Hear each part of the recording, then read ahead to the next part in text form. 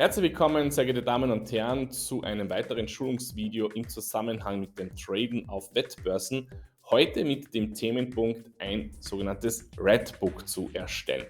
Mein Name ist Daniel Winterholzinger von der Sports Betting Academy, der größten deutschsprachigen Bildungsplattform für das Thema des professionellen Sportwettens. Und Sie werden heute wieder einen Auszug sehen von dem Live-Coaching-Programm von der Sports Betting Academy, wo eben viele Teilnehmer bereits lernen, wie das Traden auf Wettbörsen funktioniert und heute mit dem Themenpunkt ein sogenanntes Redbook zu erstellen. Beginnen wir mal zu Beginn mit der Definition, was überhaupt ein sogenanntes Redbook ist. Im Endeffekt schließen wir einen Trade und verteilen unsere Verluste gleichmäßig auf alle Ausgänge. Das ist ein sogenanntes Redbook.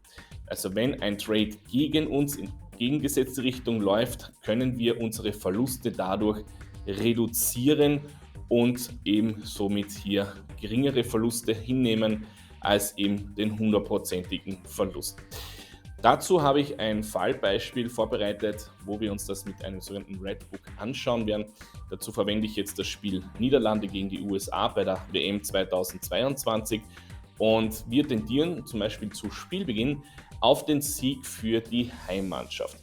Und jetzt können wir eben hier anhand von den Startquoten wie folgt folgende ersten Überlegungen anstreben. Die Startquote für Niederlande liegt bei 1,98 und wir gehen jetzt da hier mit diesem Fallbeispiel davon aus, dass die USA hier bis zur Halbzeitpause in Führung liegt und somit die Quote für Sieg Niederlande auf ca. 6,4 ansteigen wird. Und wenn das der Fall sein sollte, dann wollen wir hier unseren Trade schließen und eben hier nur einen Teilverlust akzeptieren.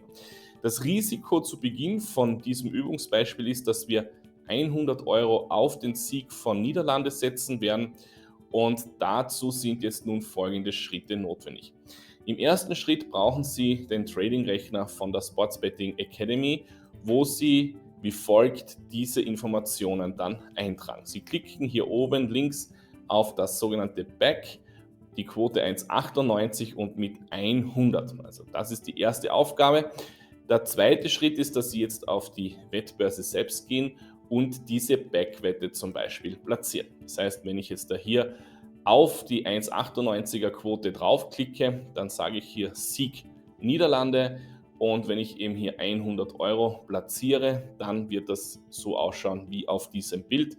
Dass wir bei den Niederlande haben wir 95 Euro plus und bei der USA und beim Unentschieden haben wir 100 Euro Verlust. Im dritten Schritt geht es jetzt darum, ein sogenanntes Redbook zu erstellen. Dafür brauchen Sie dann wiederum diesen Trading-Rechner von der Sports Betting Academy, wo Sie sich dann den Lay-Einsatz ermitteln lassen können, um ein solches Redbook zu praktizieren. Schauen wir uns das einmal hier an. Das heißt, wenn wir hier unten bei Exit Trade auf das Lay klicken und die Quote 6,4 eingeben, dann sehen Sie, dass hier eine Berechnung durchgeführt wird, wo dieser Rechner sagt, Sie müssen jetzt hier 30,94 Euro gegen den Sieg von der Heimmannschaft setzen und dadurch werden Sie einen Verlust dann gleichmäßig haben in der Höhe von 69,18 Euro. In der Praxis schaut das dann so aus. Im vierten Schritt gehen Sie wieder auf die Wettbörse selbst und wenn wir jetzt da hier auf die Lay-Quote drücken, jetzt da wo noch die Zweierquote ist, jetzt müssen Sie sich halt vorstellen, dass eben im Endeffekt die USA in Führung geht, dann wird diese Zweierquote hier ansteigen, das heißt, es wird von der Quote her höher und wird im Endeffekt circa bei 6,4 bis zur Halbzeitpause stehen bleiben, wenn es 0:1 für die USA steht. Und wenn wir eben hier bei der Quote 6,4 dann unseren Trade schließen mit 30,94 Euro, dann sehen Sie hier auf der linken Seite, dass eben bei allen drei Ausgängen der Verlust jetzt 69,08 Euro bzw. 6 Cent ist. Somit können wir hier unseren Verlust von 100 Euro, was wir bei Sieg USA oder beim Unentschieden haben, hier auf 69 Euro zum Beispiel reduzieren. Somit gibt es hier auch eine sogenannte Potenzialanalyse zu diesem Thema. Es besteht nämlich die Möglichkeit, dass zum Beispiel die Quote 6,4 eben nicht erreicht wird weil zum Beispiel Team 1 in Führung geht. Dann würden Sie dementsprechend ein sogenanntes Greenbook erstellen. Oder Sie haben natürlich auch noch die Potenzialanalyse, dass es zum Beispiel zur Halbzeit 0-0 steht und wenn Sie von vornherein sagen, ich trade zur Halbzeit raus, dann wird die Quote noch nicht bei 6,4 sein, sondern die Quote wird halt dann wesentlich niedriger sein, wo der Verlust dann dementsprechend noch einmal geringer sein wird.